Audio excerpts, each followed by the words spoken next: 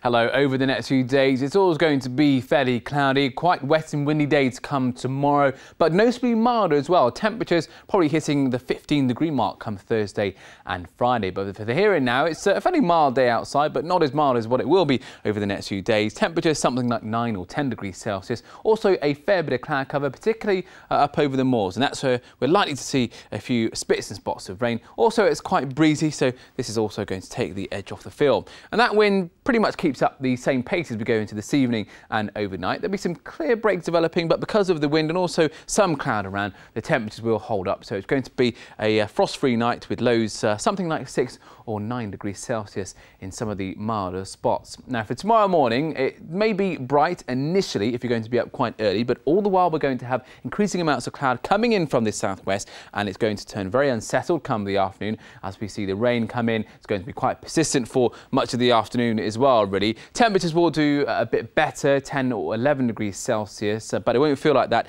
in the pretty strong wind, which is likely to be gusting up to 40 to 50 miles an hour. Now for Thursday, it's going to be a dry day, probably some spells of brightness developing from time to time, but as for Friday, it's going to be quite cloudy yet again, and similar on Saturday with some dampness at times.